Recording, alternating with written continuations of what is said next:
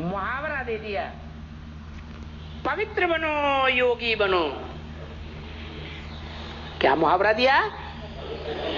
पवित्र बनो योगी बनो। 100% योगी बनना है तो क्या करो? पवित्र बनो। पवित्र माने संग के रंग में ना आओ। क्या? कोई के भी संग के रंग में आएंगे तो संग का रंग जरूर लगे। क्यों? क्योंकि तुम आत्मा हो, क्षरित होने वाली आत्मा हो, पतित होने वाली आत्मा हो।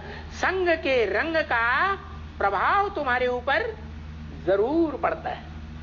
हाँ, कोई आत्मा के ऊपर धीरे धीरे प्रभाव पड़ेगा और कोई आत्मा के ऊपर तेजी से प्रभाव पड़ेगा।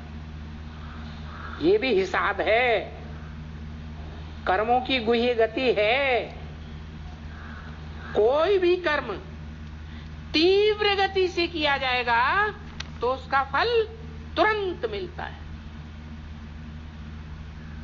जैसे कोई हत्यारा हत्याओं के ऊपर हत्याएं, हत्याएं के ऊपर हत्याएं करता ही चला जाता, तो इसी जन्म में उसको फल मिल सकता है। तीव्र गति से जो कर्म किए जाते हैं, चाहे अच्छे कर्म हो चाहे बुरे कर्म हो, वो जल्दी से जल्दी फल देते हैं, फलदायी हो जाते हैं।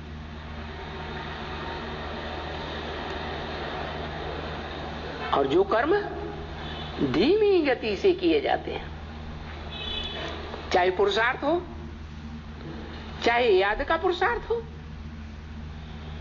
धीमी गति से याद करेंगे तो देर में फलदायी होगा या जल्दी होगा?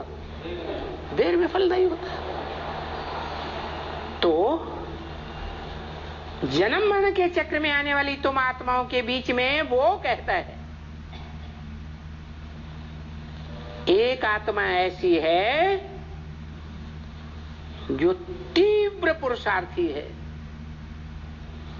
दुनिया के जितने भी धर्म पिताएं हैं, धर्म स्थापना करने वाले,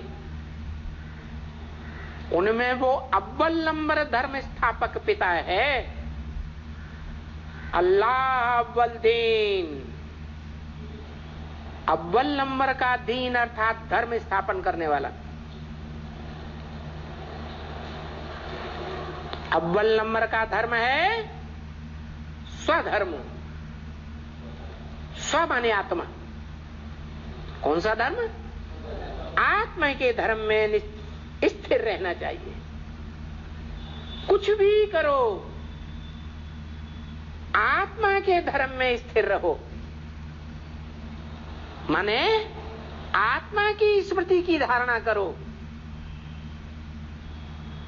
स्वधर्मे निधनम से परधर्मो भयावह। अपनी आत्मा के धर्म में स्थिर रहने वाला श्रेष्ठ ते श्रेष्ठ है, श्रेष्ठ जीवन जिएगा।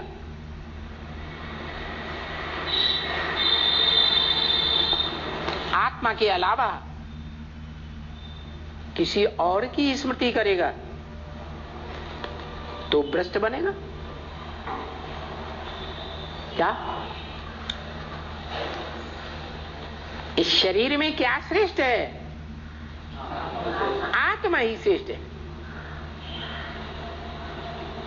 ऐसे श्रेष्ठ इंद्रियां भी हैं, ज्ञान इंद्रियां, कर्म इंद्रियां भ्रष्ट इंद्रियां कही जाती हैं।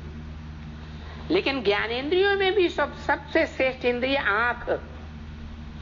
उसका भी संग करेंगे तो भी नीचे गिरेंगे, धीमी गति से गिरेंगे, गिरेंगे जरूर। साक्षात्कार से बनाए गए चित्र हैं, उनमें लक्ष्मी नारायण के चित्र में नर से जो डायरेक्ट नारायण नारी से लक्ष्मी बनते हैं संगम युग में, उनके बच्चे सतयुग में राधा कृष्ण दिखाए गए। उसमें दिखाया गया कि राधा कृष्ण को देखती है, कृष्ण राधा को देखती है, किसी दूसरे को नहीं देखती। अभिविचारी दृष्टि है, तो भी कलाएं कम होती हैं अगले जन्म में या नहीं होती हैं? कलाएं कम हो जाती। तो संग का रंग जरूर आत्माओं को लगता है, लेकिन कोई आत्माएं हैं कि संग के रंग में आते हुए भी आत्मिक स्मृति में रहती है। उन्होंने आत्मिक स्मृति का ज्यादा अभ्यास किया है। कब ज्यादा अभ्यास किया? जो फाउंडेशन पड़ गया संगम युग में। संगम युगी शूटिंग काल में जब भगवान इस सृष्टि पर आते हैं तो रास्ता बताते हैं। क्या? भले इंद्रियों से कुछ भी कर्म करो, कोई का भी संग करो, लेकिन मन बुद्धि से मुझे याद करो।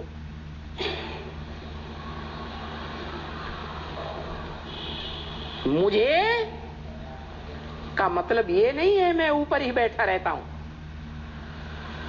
मुझे याद करो का मतलब है कि मैं इस सृष्टि पर जब आता हूं तो जिस ऊंचे ऊंचे पार्टधारी हीरो पार्टधारी में पार्ट बजाता हूं, उस साकार में निराकार मुझ ऊंचे ऊंचे पार्टधारी को याद करो।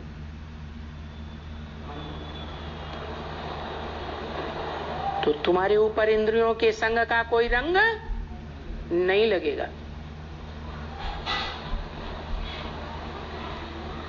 इसलिए गीता में बोला स्वल्पम अप्यस्य धर्मस्य त्रायते महतो भयात्। स्वल्प माने इस आत्मिक धर्म का थोड़ा भी अनुसरण किया, थोड़ा भी अभ्यास करेंगे कर्म इंद्रियों से कर्म करते समय, तो महान भय से पार हो जाएंगे। त्रायते महतो भयात्, बड़े ते बड़े भय से त्रास हो जाएंगे। क्या धर्म?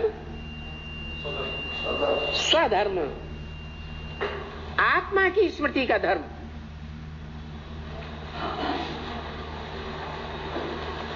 ये बड़े ते बड़ी धारणा है। थोड़ा भी अभ्यास करेंगे, हारिए न हिम्मत विसारिए न राम। थक नहीं जाना है। जैसे अर्जुन कहता है, क्या हे भगवान मुझे इस घोर कर्म में क्यों डाल रहे हो?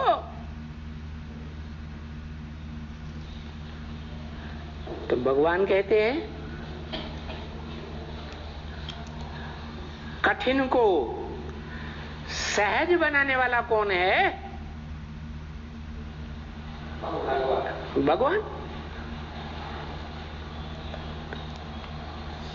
जो कठिन को सहज बनाने वाला रास्ता बताता है, उस भगवान के बताए हुए रास्ते को याद करो। उसका नाम है सहज राजयोग। कैसा राजयोग? सहज राजयोग। सहज का मतलब है देहधारी मनुष्य गुरुओं ने सहज को कठिन कर दिया। कैसे कठिन कर दिया? उन्होंने बता दिया भगवान निराकार है, भगवान साकार नहीं हो सकता।